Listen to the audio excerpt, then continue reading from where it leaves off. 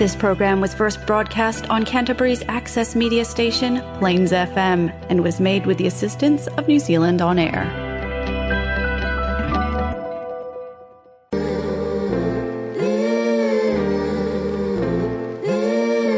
Hello and welcome to Voices Unhindered. I'm Crystal Jenkinson. On this show, I give a unique perspective and listening ear to voices that often go unheard. I want everyone to know that you are not alone and that your voice and story matters. On this week's episode of Voices Unhindered, I'm speaking with the founder of Bridecycle Boutique, Sara Milne. Bridecycle Boutique sells pre-loved wedding gowns. Milne talks about how Bridecycle formed and how to find the perfect gown. Before starting Bridecycle, what was your first thought that you had that started the idea of your business? It was my own wedding, actually. So I was looking for a second-hand dress myself, and there was no platform available, no boutique that was offering experience of going in with your friends, trying on multiple dresses, but it existed only for new dresses. But I didn't want to buy a new dress. I wanted to have a second-hand gown, and then I started looking on Marketplace and booked my own appointments with the owner of the dress, and then got changed in their bedroom or living room. There was no mirror, there was no advice on alterations, and that sort of inspired me to create a platform where we can trade those second-hand gowns. Why did you want a second-hand gown? Just because sustainability has always been part of my actual job as such. I'm a mechanical engineer and I work in a big consultancy firm, and sustainability is on the front end of all of our designs. And for me, it was very logical that if I have a piece of fabric that I only use once, that is really expensive and a lot of resources go into creating this dress or gown, then why can I not use that a second time if I just find it and alter it to suit me? So there was a lot of environmental benefits as well as cost, and that was basically the key drivers for me to make that decision. Yeah, so in your job, do you mind expanding like what you do as a mechanical engineer? I work in the construction industry. So at the moment I work for WSP, who's a big consulting firm, and I look after a team of mechanical engineers that design heating, cooling, ventilation systems for big commercial buildings like hospitals, university buildings, fire stations, schools, those kind of things. And we're responsible for human comfort, I guess, making rooms cold and warm, but also using facilities like steam or gases in hospital, like medical gases and medical air. So all of these systems use a lot of energy, and therefore we try to reduce energy consumption, design with very efficient systems, and therefore, sustainability is really core aspect of our designs. How would you say your own personal wedding experience shaped how you formed Bridecycle? Well, I was always a little bit self-conscious about me and my body. So what I really wanted Bridecycle to be is a platform where you can come in and have a really great experience, regardless of how you feel in your body. I didn't like some of the experiences I heard from others, or even experienced myself in some of the other boutiques, where you just feel like you needed to be a size smaller, or you couldn't fit, you couldn't try on this dress because you're not a size 12, and they didn't have anything in a size 14 because that's not what they do in sample sizes. So for me, it was providing a platform where you can come in regardless of your body, regardless of the taste that you have, and we'll just work with you to feel great and to find a dress that really suits you. That's cool. What's some of the feedback you've had from clients that say you've really met their needs with not being comfortable in their body? So far, we've mostly received really positive feedback, and I think what we're trying to do and what comes across is our honesty and our aim to not push anyone into buying something, rather than taking our time, making sensible decisions, making sustainable decisions, not ending up with two dresses because you purchased one a bit too quickly, really giving the opportunity to also come back a second time for a trial. for free, and just having another look, wanting to try the dress on again, and that's what I think our brides feel really comfortable with. That we don't push them, we just help to find that amazing gown. That's cool. So you have like a real personal relationship with each like individual that comes in and try and work. Yeah, normally we do. Yeah. I guess there are some appointments that are more fun than others. Sometimes you have a really loud crowd and it's very overwhelming. Sometimes you have a very shy bride and you need to be really calm yourself and just really let her think. And you kind of bond with all sorts of personalities, and you have to reflect that in your own personality when you go through those 1 hour bridal appointments. But yeah, I believe we build a relationship with nearly every person that comes in. Sometimes it's disappointing when we don't find the right thing, but like the joy of finding the right gown is just incredible. And how have some of the challenges that you faced in finding, like when you first found your own wedding dress, how do you do things differently in your business now? I think for me it's that I want my brides to be able to trust me and to know that I give them honest feedback, and that I also say to them things like, you've tried on 5 dresses, just go home, sleep over it. I don't have the boutique open tomorrow. There's no other appointments. Think a couple of nights over it and come back to me and let me know what you think. Just being there and taking that pressure away of making a decision. I felt like I was very often pushed into deciding on the spot what I want, especially with things that were on sale, etc. So I just try to slow the whole process down. And what is your advice to those who are hesitant about buying pre-loved wedding gowns? Well, I think our boutique at the end of the day is no different than any other boutique as such. Like the experience of trying dresses on, you can do that with new gowns or with our gowns. So if you're hesitant, just come in and come for the experience rather than the dresses. You will still learn something.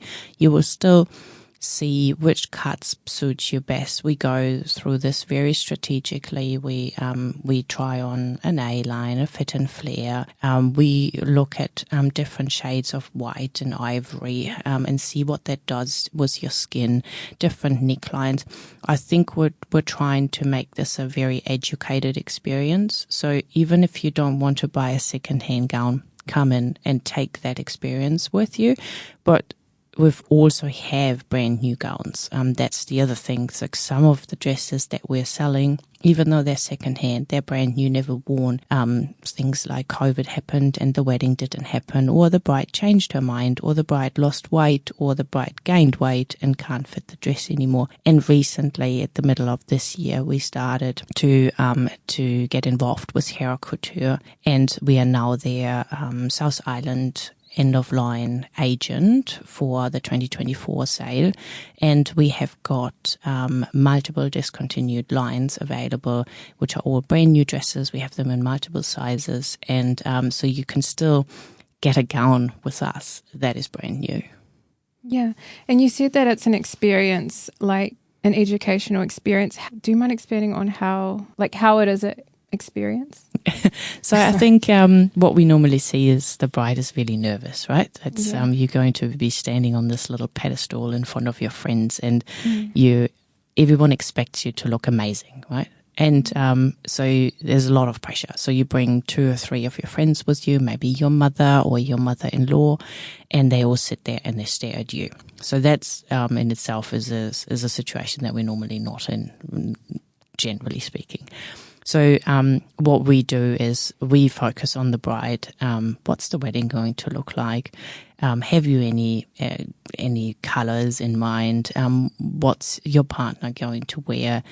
Which feeling do you want the wedding to be? Are you at the vineyard or just in someone's backyard? Is it a small or a large wedding? So we try to set the scene and get the bride into that mood and understand what she might be after. And then we systematically try on different styles. And I think that is often a very new experience for the brides, because they will come in and would have maybe looked at certain Pinterest ideas, and all of the dresses that they looked at might have been plain white dresses with a straight neckline, and suddenly we asked them to try on a full lace gown, and they're just might be a little bit overwhelmed after 15 minutes, 20 minutes. They might trust us enough to just try it, and then seeing yourself in different gowns that you never even thought of. I think that's an experience that is very special. Cool. And are they quite like surprised that they like might have liked something new that they thought they wouldn't have? Maybe? Yes. Yeah. Most brides are like, of course, there are those that come in and say, I've been in 5 boutiques already. This is what I want. Do you have this? And then it's a simple yes or no. And we try on a couple of dresses. But most brides come in, and for me, I prefer if they haven't been anywhere else before, and I can really work through that systematically with them. They are often absolutely thrown by what suits them was not at all what they thought they wanted. And sometimes I need to even ask for them to trust me, be like, okay, you've tried on those 4, can I pick one for you? And they're like, yeah, okay, I try it on. I think that is that's a really cool atmosphere when that happens and someone falls in love with something that they did not expect. Yeah. And did you ever see yourself working in the bridal industry? No, not at all, to be honest with you. My whole life I was all about engineering, being a bit of a tomboy. Yeah, they're quite different. Hey? Very different. And for me, this little boutique became a bit of my happy place. So it's so different to working in an engineering environment, in a male-dominated environment. I go to the boutique and I get this amount of female happiness, all bundled up in 1-hour appointments, and it's just absolutely amazing for me to be part of it. But it's so not me, but I love it. Cool. And how did you learn about like all the wedding gowns and like different materials? Like you say you help brides try on dresses systematically. Like how did you learn about all the like skills you need, just like as you went, or?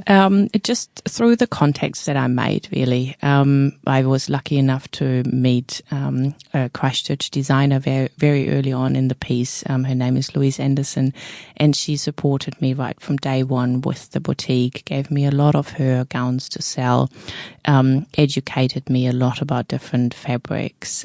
We've been working with seamstresses, so we get together with them, have appointments with them where we learn a little bit more about the alterations process so we can give good advice. And then the rest is sort of self-taught, and I try to stay up to date with what's coming next, what's in the next season, to make sure that we are getting the right selection of gowns into our boutique. And what's some of the challenges you faced when starting Bride Cycle? I think the biggest challenge was the fact that it was something completely new, and I've never done anything like this ever before in my life. And I was lucky enough that my husband was fully supportive of the idea. Well, he was my fiancé at the time, and I presented a little business case to him and said, I think this can work. And he said, yep, let's do it. And it was everything I've been doing, and every task is new. I've had to learn everything from scratch, and that can be challenging. Just the other day, I had to do my first GST return. I'm like, I'm still nervous that I'm hoping I'm doing all of these things right. So, because not knowing doesn't protect you from breaking the law. So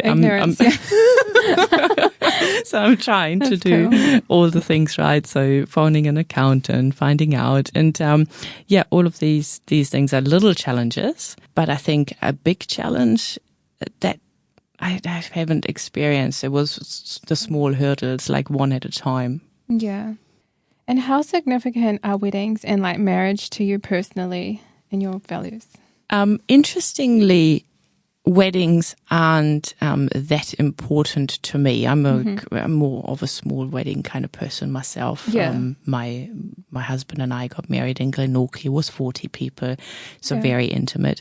And for me, marriage is important. I think that's a completely different conversation. But I personally want to be part of the planning a wedding side of things for the bride, to take that big burden of finding a gown away and making that easy. So for me, it's not about the wedding day. It's more about getting to the point where the bride can confidently walk down the aisle and knows she looks amazing and feels that herself. And with more people moving away from traditional practices or marriage, are you concerned that this might impact your business in the future, or? I think it doesn't. Yeah. I think overall we still see enough weddings for enough businesses to be out there to make money in that environment. And I think with what we're seeing at the moment, with the world changing, people getting more aware of sustainability, and secondhand clothing is just not a no-go anymore, especially in the wedding industry. I think there's an opportunity for BrideCycle to grow even further, rather than being at the back end and the one that will fall away. I think we're the one that's going to grow in that environment. And what makes your business unique? I think the people that work at BrideCycle make it unique. I think that bridal experience is unique, and my staff, Brittany, that was looking after the boutique while I was on maternity leave this year, she is very special, very caring, and in the process of hiring another staff, and the person that I've been talking to, I have the same feeling about her. And I think that is what we can be most proud of, is who we are and what we want to deliver to the bride, because we take pride in all of that. And I also think we have an amazing selection of gowns. Yeah. So we handpick them, and I think we have some really stunning pieces in there. And how many gowns do you have, and like what sizes? So we sort of operate mainly between size 8 to plus size. Every now and then we're a bit short at one size, and we try to specifically get more in that size. At the moment, I believe we have around 130 dresses in the boutique, and 20 of those are the hair couture that we have in multiple sizes. So maybe at the moment, with all the stock, we're maybe sitting at nearly 170, 180 gowns. And yeah, just about your vision for the future of BrideCycle, like you said, you see it growing like a greater market for secondhand gowns. And do you mind expanding on? Yeah, I think there's a lot more people looking for gowns, secondhand gowns. I think that whole market is going to shift more into, it's acceptable to have a secondhand gown. Maybe it's even cool. Maybe you can be, one day you walk down the aisle and say, well, this is secondhand. I only paid $2,000 instead of $4,000 for this, right? And people get more ballsy about these statements, right? So that's the shift that we typically at the moment see with normal clothing, right? It's cool. It's cool to go vintage. It's cool to have a second-hand jacket that you got cheap. So I think that's what we're going to see in the bridal industry as well. You don't need to have the most expensive gown anymore. And with regards to expansion, the business is going well at the moment, and we're sort of adjusting our opening hours to suit the market at the time when it's a bit slower, because it's winter. We also open less, so we adjust to the brides. We have evening appointments available so that you can still do your 9 to 5 job and go and have a bridal consultation in the evenings. So we try to be very flexible, but it's going really well. And I think expansion will be looking like another boutique somewhere in New Zealand. Is there anything that you suggest to like brides before they come in, like, you know, like have a look at what you like, or you just want them to come as they are, kind of? I think both works. It really depends on the personality of the bride. We sometimes see people being a little bit too prepared, and it actually maybe hinders is a strong word, but it maybe conflicts a little bit with the open-mindedness that might be required. They have this like picture in their mind of like what they want. Exactly, yeah. And then if we have something like that and we try it on and it doesn't actually look the way she thought she would look, then there's a bit of a disappointment which we need to get over and continue, because there will be a stunning solution out there. We just need to find it. So sometimes that's... And that's your passion, like helping women like find their right dress for them. Exactly. But others come in and have... Did a bit of research, bring 3 or 4 photos with them or screenshots and say, this is the kind of stuff I like. So it helps me to understand their style a little bit.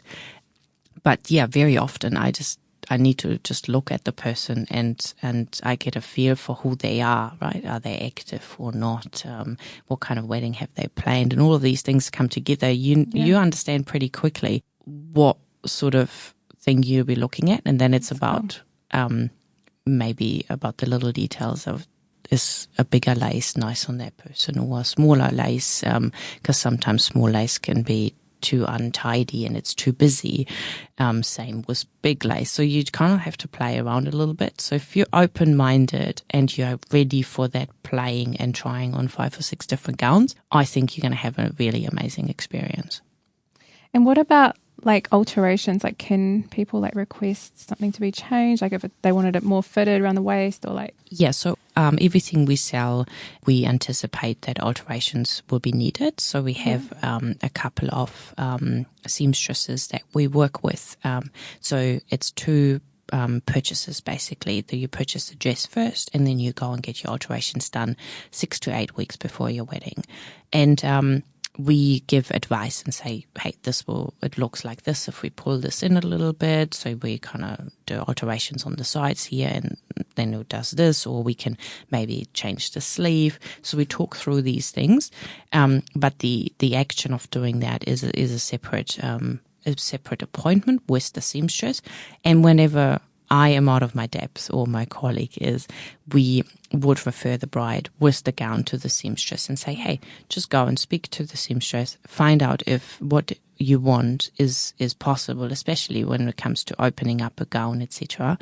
And only once it's confirmed, and you might get a quote as well for how much it costs, then we complete the purchase of the gown and go from there. So we try to work as closely as possible with the bride and help her through that alterations process. Yeah. So do you think it takes away a lot of barriers to like going through just a brand new like wedding gown boutique?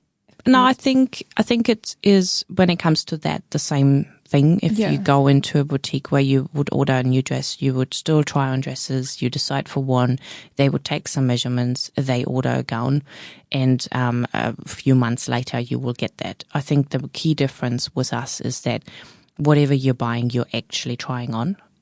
So we have often heard that some brides might try on a size 16 or 18 but are only a size 12, and it's really hard for them to imagine how that gown looks like once it's really fitted. Mm-hmm. So we try to put a size 12 bride in size 12 dresses or maybe a 14, and therefore we're much closer to the actual final outcome. So I think that is one thing, and you can come to us like literally 2 months before your wedding and you can buy a gown and we have it on the shelf. There's not that 9 months, 8 months wait time or delivery time to get your gown. And I think that has been very important to some of the brides here in Christchurch as well, where they wanted a wedding now, or like grandmother is not so well anymore, so we just want to get it done. Yeah. And or I just want to elope in a few weeks. Can I just have a dress? They don't have the time to plan weeks and weeks and months and just want something. So there's a difference there, but overall I don't think the process is any easier, maybe faster. Mm-hmm. Yeah. And how do people mostly hear about your business? I think it is mainly through Instagram, and otherwise it just comes up on Google when you search. But yeah, Brittany, my colleague. She has been doing amazing work on our Instagram account. And I'm hoping that we can reach even more people in the future. Do you mind telling some feedback you've had about, like, for example, one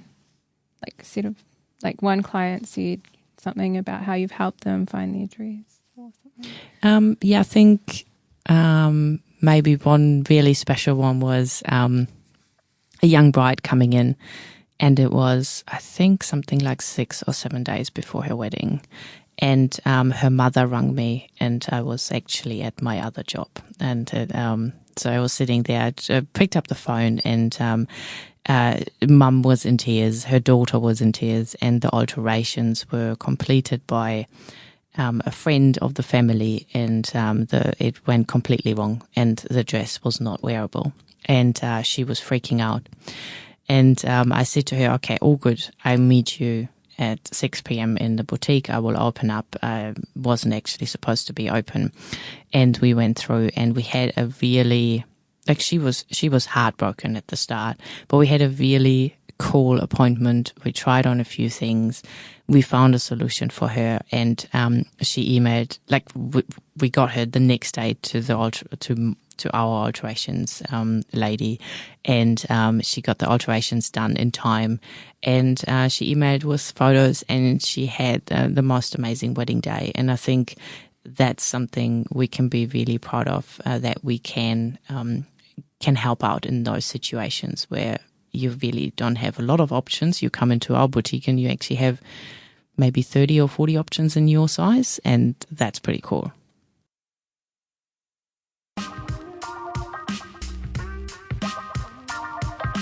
If you're just tuning in, I'm speaking with Sara Milne, the founder of Bride Cycle Boutique, which sells pre-loved wedding gowns. Milne talks about her journey into studying Bride Cycle and how to find the perfect gown.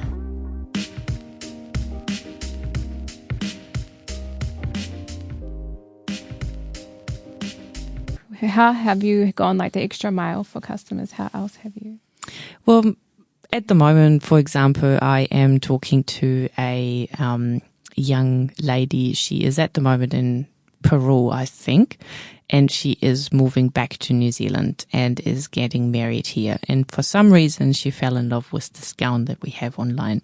But she's moving back to Auckland, not to Christchurch. So she texted me, or she emailed me and asked if I can help her find the confidence to purchase this online. After long backwards and forwards, we actually decided that it would be better for her to come down and do an appointment. But then with the cost of that, we're now thinking maybe it is okay for her to purchase the gown unseen, even though we know she will need alterations. Maybe it's cheaper that way rather than flying her down here with an overnight stay, etc. So those kind of things, I think I go often above and beyond to just facilitate those dreams. Because we are a small business, we can do these things. That's cool. And what really drives you in your business? I think my key driver is that I want the brides to be happy, and I do a lot to see that. I want them to smile and really believe that they can feel what I can see when they put on a dress. Because very often I see stunning ladies in stunning dresses and they just don't believe in themselves. And there's something that I want to change, because they all look so beautiful, and it's just a matter of finding a way to communicate that. So that's my main driver. That's cool. And what does a typical day look like in your store? So I guess there's no really a typical day, because it really depends on the people coming in, right? You can have a very hectic day with full-on appointments, or you can have a day where you've got brides that come on their own and it's a bit slower.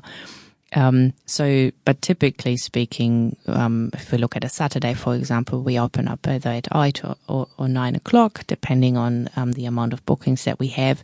And then we normally are in the boutique until 3 or 4 p.m. With a bit of a lunch break in between. It's 1 hour. 1 hour appointment with 15 minutes in between. So you kind of have to constantly look at the clock, and we're like, okay, can we do another one or not? And it's the bride comes in, we talk a little bit about the wedding and if she has any experience in trying them on, what she likes. We sort of let the crew that comes with her choose a dress as well. And then we get into trying them on. All my admin work I do normally at home at different hours of the day to suit my newborn twins. And then we've got the process of taking in dresses and returning dresses back to their owner if they haven't sold, because we sell on consignment. So, that process has been over the last year taken care of by Brittany, and she was in on Fridays and had like a couple of hour slots there to just take in the new dresses, which we then put on the mannequin, inspect for damage, make sure it's all okay, dry clean properly, take photos, advertise them online, etc. There's a bit of admin in the background of that. Yeah. And what does a 30-minute and 1 hour consult involve? So the 30-minute consultation is basically what I just ran through. We really focus on trying on 4 to 5 different gowns in different styles to get a good understanding of what suits best. And the 30-minute hair couture express appointment is a little bit different because it is really just for the hair couture gowns. And the purpose here is that you can come in, you choose 3, and you try them on, and we quickly work through that. It's more a possibility or opportunity to explore that hair couture line, while the 30-minute bridal experience or consultation is for all the gowns that we have. So we can choose the hair couture as well as secondhand, and it's more of a consultation rather than an express appointment where you can just quickly go through a few dresses. Yeah, that's the difference in them. And what's some advice you'd give to a bride shopping for their wedding gown for the first time? I think my advice would be find 3 or 4 things that you think look good on Pinterest. Don't just get too fixated on one thing. And don't try on too many dresses. I think stop at 10 maximum and take your time, take it in, take photos, go back home, look over those photos, and then make your decision based on those memories that you have of like how you felt when you tried them on, as well as how it looks on the pictures. But trying on every dress available in Christchurch is not going to help. Yeah. There's going to be a lot that looks stunning and it will make it only harder. Yeah. Yep. And how do you recommend that they bring like someone with them? Does it matter? Like the feedback aspect? Well, it really depends on the bride. We have seen brides that get full support by their entourage, and they couldn't have done it without them. And they get the confidence and the encouragement from their friends, but it can be the other way around. And at that point, it's sometimes hard for us to see that a bride loves the gown, but the mother just doesn't. And why do you think that is usually? I think it is just maybe a picture that the mother has in her head of what the daughter is supposed to look like, not how the daughter is supposed to feel. And it's nice to see that those brides often lean on us. And when I'm in the changing room with them, I have an opportunity to speak with them without anyone else there. And when I see those tears coming out and saying, oh, I really love this, I know where I need to push the conversation to. And so I'm there to help. I guess, that's Yeah, that's it. So like you say, it's ultimately the bride's decision. Yeah. Yes, I guess think about who your friends are and what they're good at and bring the right people to support you. Yeah. Like what you said, it can go in opposite directions. Like they can like encourage you and you couldn't do it without them, or like they could like. And if you know your mother loves you dearly, but she has a different taste, then, hey, Mum, I've decided that I really want to surprise you on my wedding day with my gown, right? I want this to be very special for you, and I don't want you to see it at all in the planning. That could be a way of not saying, I don't want you to come, but you just choose a different process for your mother, or you have a friend that's really opinionated. She's a really good friend, but she constantly pushes you to do things, which is great as a friend, but maybe not the right person to come with you to choose the gown. You have a really quiet friend that only really ever speaks like very truthful things, but looks after you and your feelings. She's not your best friend, but maybe the right person to come with you and give you confidence to choose a gown. So that will be my recommendation, like choose the person to bring. And do you feel like brides always need that affirmation, like this is the right dress, or do you think that some of them know themselves, like this is the one I like? And some of them know it, but I think it's rare. Like I think I would say maybe 5% of the brides come on their own and make that decision on their own. All others need some sort of confirmation. And yeah, do you think you can be like that affirmation for people that don't really have like? Yes, yeah, I think I can, but it is maybe they didn't think I can be that person before they booked the appointment, if that makes sense. Yeah. Because we often only really meet once or twice. So for you to be brave enough to go on your own, you need to trust that I can be that person without meeting me. So I think that's that's problematic.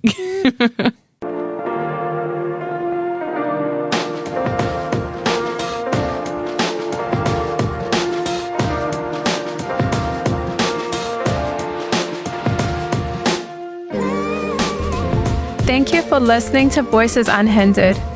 It's great hearing from my listeners. Reach out with questions and comments through Insta or Facebook. Just search for Voices Unhindered. I'm interested to know what other topics and voices you'd like me to bring on the show.